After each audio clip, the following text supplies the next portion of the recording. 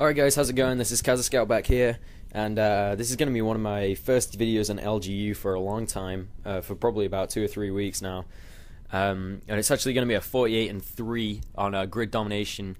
I'm going to give a couple of shout outs here to Shadow Ninja 626, the Waster, Lily Rose, and Barworm, who I was playing with.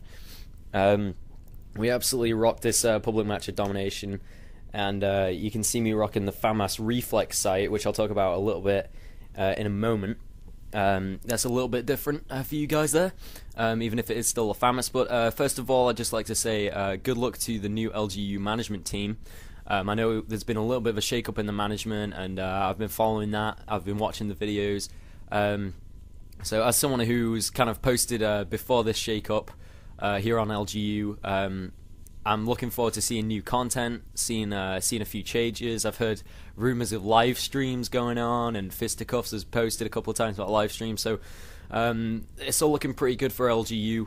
Looks like LGU is going up in the world, and hopefully we can see some of those subscribers become a bit more active and see a few more suggestions. So a little bit of a suggestion: if you guys have anything in particular you want to see on Black Ops or in any other games.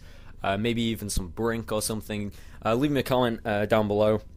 I'll try my best to achieve the ones that are most suggested or most thumbs up or whatever in the comments. So go and do that now if you have anything in particular you want to see. So, but aside from that, let's move on to this reflex sight on here that I was going to talk about. On my channel about a week ago, 2 weeks ago. I gave a shout out to the reflex sight on the FAMAS. If you've noticed, the perks that I'm running are actually kind of like a Major League Gaming setup. It's Lightweight Pro, Sleight of Hand Pro, and Ninja Pro, and that combined with the FAMAS is probably one of the most effective setups in the game, without a doubt. But usually these pros are going to be running the red dot sight in this gun because it reduces the kick, and you don't really need the extra bullets. Kind of associated with dual mags, which is a popular attachment for assault rifles, because in a competitive kind of setup, you're not going to be lasting for very long.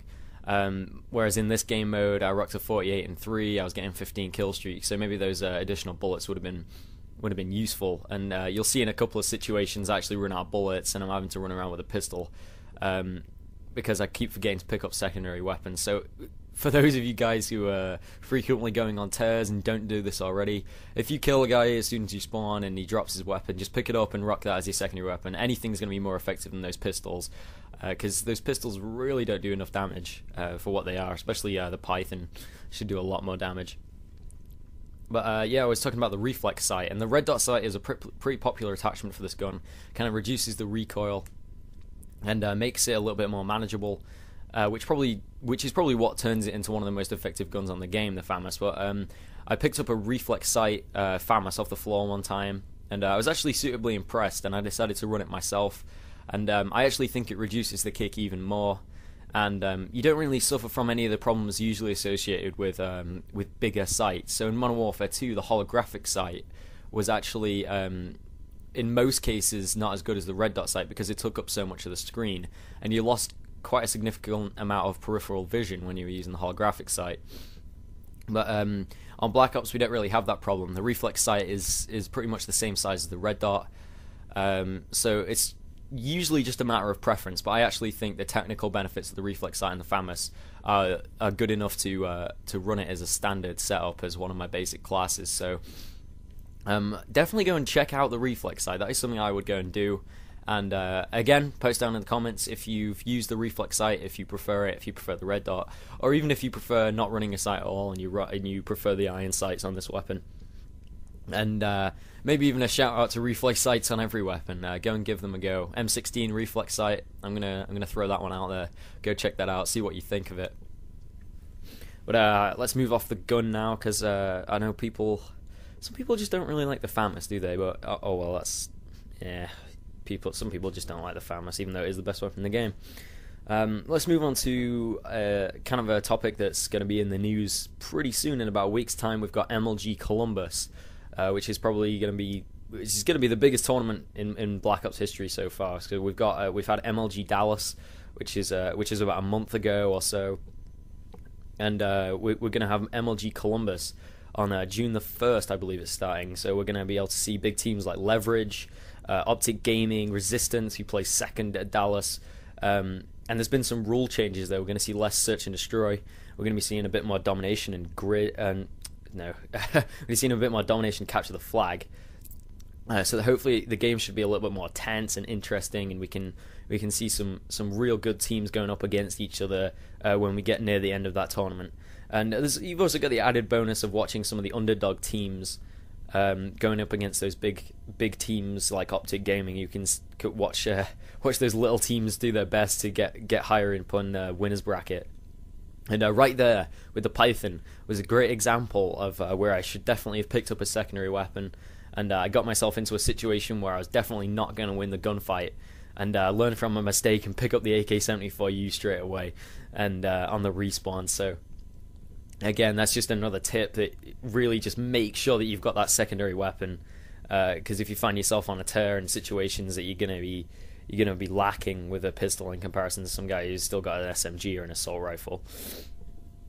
So now that we've kind of talked about MLG Columbus, I kind of wanted to talk a little bit about domination, because I'd say about 4 or 5 months ago I made a video which was called Strategies for Domination, when I was still rocking standard definition videos, which look absolutely horrible now that I look back at them. And kind of one of the best things that I found in this game and what helped me get my 48-3 KD is the fact that we had such a great team playing alongside each other. I've already given those guys a shout out, but one of the best pieces of advice anyone can have for playing this game is associate yourself with some really good players, and you're going to find yourself racking up good scores each game and winning lots of games and getting those win streaks on. Because especially in domination on maps like Grid right here, Havana, things like that, if you can push the enemy team back into their spawn, they're not going to have much of a chance to come back into the game if you get a sizable lead like we've got here. Looks like we've got 168 points or something. So we're miles out in the lead here, and we're just keeping the enemy trapped in their spawn. And specifically to Grid domination, right here I'm pushing up into the top office building, and it's a great position on this map to hold down both the that back A spawn right down in that far corner where there's barely any flags. Well, there isn't even a flag down there. And also the C flag as well. So this top office building I'm pushing into right now is a brilliant spot. You can look over the B flag, you can look over the C flag and a back A spawn. So a bit of technical information there for you guys who are more interested in the positions and the spawn traps and things. Top office on Grid, brilliant place to hold it down.